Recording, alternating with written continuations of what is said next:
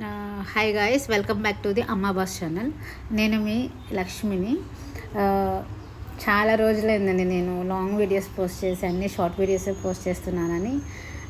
ఇంకా ఈరోజు మా ఇంట్లో నేను ఎట్లాగో సండే స్పెషల్గా బిర్యానీ చేశాను కదా.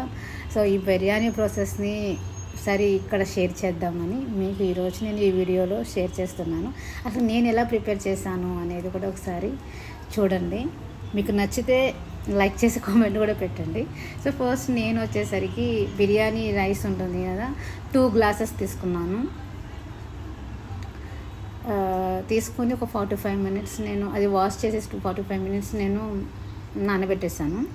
సో నానబెట్టిన తర్వాత నెక్స్ట్ ప్రాసెస్ వచ్చేసరికి మనకి ఫ్రైడ్ ఆనియన్స్ కావాలి కదా. సో ఫ్రైడ్ ఆనియన్స్ని నేను కొంచెం డీప్ ఫ్రై చేసేసి ఆ ఫ్రైడ్ ఆనియన్స్ అనేది ప్రిపేర్ చేసేసాను. ఇక్కడ చూడండి, అంటే నేను అంత స్మాల్ క్వాంటిటీ చేశానండి. నాకు ప్రీవియస్లీ నాకు బిర్యానీ చేశాను కానీ నాకు అంత టేస్ట్ అనిపించలేదు. అందుకని మళ్ళీ ట్రై చేస్తాను. ఎక్కడైనా ఒక మంచిగా నేను అంటే ఎన్నిసార్లు మనం ట్రై చేస్తాం అన్నిసార్లు మనం మిస్టేక్స్ నుంచి లెసన్స్ నేర్చుకోవచ్చు కదా. ఈరోజు ఇది తప్పు చేశాను, నెక్స్ట్ టైం ఈ తప్పు నేను చేయకూడదు అని అట్లా చేసి ఏ రోజైనా సరే పర్ఫెక్ట్గా బిర్యానీ చేయాలనేది నా ప్లాన్. ఎక్కడొకటి నేర్చుకోవాలి బిర్యానీ అనేది పర్ఫెక్ట్గా రెస్టారెంట్ స్టైల్ నేర్చుకోవాలని యాక్చువల్గా నా అది కొంచెం విష్ ఉండే. సో నెక్స్ట్ వచ్చేసరికి అది ఫ్రైడ్ రైస్ అయిన తర్వాత నేను చికెన్ని మేము చికెన్ని వితౌట్ స్కిన్ అనేది మా ఇంట్లో ఎక్కువ తినరు. ఈవెన్ నేను కూడా లైక్ చేయను, విత్ స్కిన్నే లైక్ చేస్తాను. ఎందుకంటే మోస్ట్ ప్రాబ్లీ మా ఇంట్లోనూ మటన్ ఆర్ నాటు కూడా ఎక్కువ ప్రిఫర్ చేస్తారు. నాటు కూడా ఎక్కువ తింటాము మేము, ఇలా బాయిలర్ చాలా తక్కువ అండి. సో అందుకనే మా బ్రదర్ దగ్గరుండి వెళ్ళి ఇలా స్కిన్తోనే చికెన్ అనేది తీసుకుని వచ్చాడు.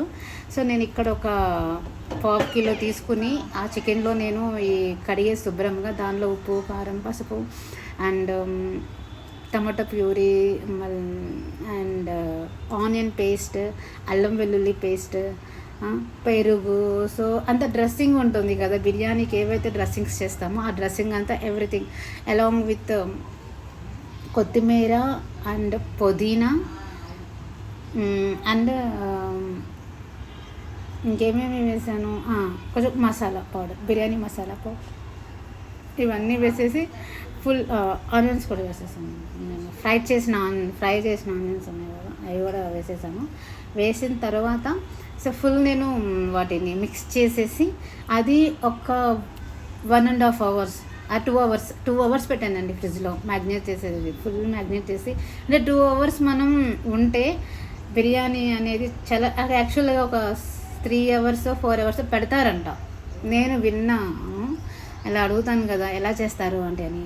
సో అట్లా వేరే వాళ్ళు చెప్తుంటే విన్నా నేను, మా ఆంటీ వాళ్ళు. ఓకే ఫైన్ అని నేను ఒక 2 hours ఉంచాను ఫ్రిడ్జ్లో.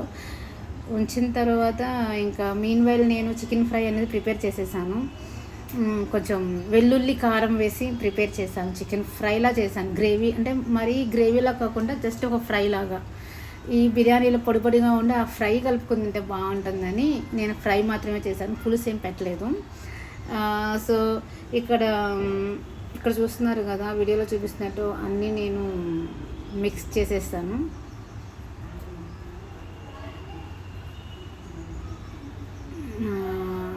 సో బాగా అన్నీ మిక్స్ చేసుకోవాలండి, బాగా కలగాలి, అన్నీ కలిపి పెట్టాలి.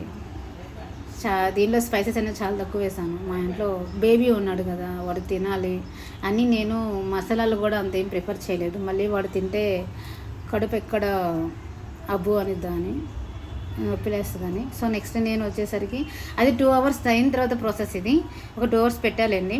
తర్వాత నేను ఒక 2 spoons నేను ఇలా ఇంట్లో ఉన్న నెయ్యి వేసాను. నేను బయట నెయ్యి తీసుకురాలేదు, ఇంట్లో మా మమ్మీ చేస్తుంది. ఆ నెయ్యి వేసిన తర్వాత మనకి బిర్యానీ ఇంగ్రీడియంట్స్ ఉంటాయి కదా, దాల్చిన చెక్క, నాకు వాటి పేరు తెలియదు, బట్ ఇవి బిర్యానీ ఇంగ్రీడియంట్స్ అని నాకు తెలుసు, మసాలా అవి. తర్వాత నెక్స్ట్ నేను మ్యాగ్నేట్ చేసిన చికెన్ అంతా ఇలా ఆయిల్లో వేసి మొత్తం ఒక 2-3 ఒక 15 minutes నేను దాన్ని బాయిల్ చేశాను అండి. నాకు ఇది బాయిల్ అయ్యింది కంప్లీట్గా, ఒక ముక్క ఉడికింది, పీస్ ఉడికింది అని నాకు ఒక కాన్ఫిడెంట్ క్లియర్ క్లియర్నెస్ అనేది ఒక వచ్చిన తర్వాత నేను మీన్వెల్ మనం దమ్ముకి రైస్కి ప్రిపేర్ చేస్తాం కదా.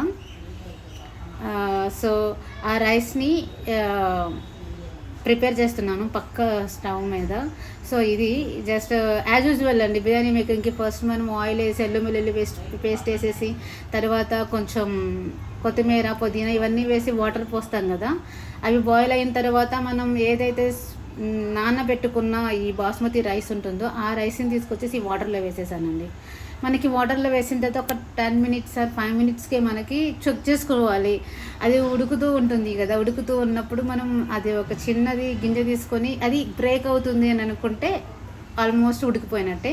సో నేను ప్లస్ దానిలోనే కొంచెం నిమ్మరసం కూడా వేసాను. ఎందుకంటే నిమ్మరసం వేస్తే రైస్ అనేది కన్సిస్టెన్సీ చాలా బాగుంటుంది, పొడిగా ఉంటుంది అని నాకు ఎవరో చెప్పారు.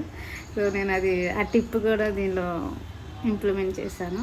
నెక్స్ట్ నేను అది కర్రీ ఉడికిన తర్వాత ఈ రైస్ తీసుకొచ్చేసి ఇక్కడ దమ్ పెట్టేశాను. దమ్ పెట్టిన తర్వాత ఒక 10 మినిట్స్కి రైస్ అనేది నాకు చాలా బాగా వచ్చిందండి. సో మేము తిన్నాము కదా చెప్తున్నా, నేను తిన్నాకే ఈ వీడియో పెడుతున్నాను. నాకు ఈరోజు కొంచెం పర్లేదు అనిపించింది. నాకు అంటే ఓకే ఫైన్, అందరూ కూడాను బాగుంది అని అన్నారు ఒక రివ్యూ అయితే. సో మీకు కానీ ఈ ప్రాసెస్ నచ్చితే ఇంకేమైనా ఇంప్లిమెంట్ చేయాలంటే ప్లీజ్ కామెంట్ చేయండి, సబ్స్క్రైబ్ చేసి నన్ను కొంచెం ఎంకరేజ్ చేయండి. So thank you for watching. Bye.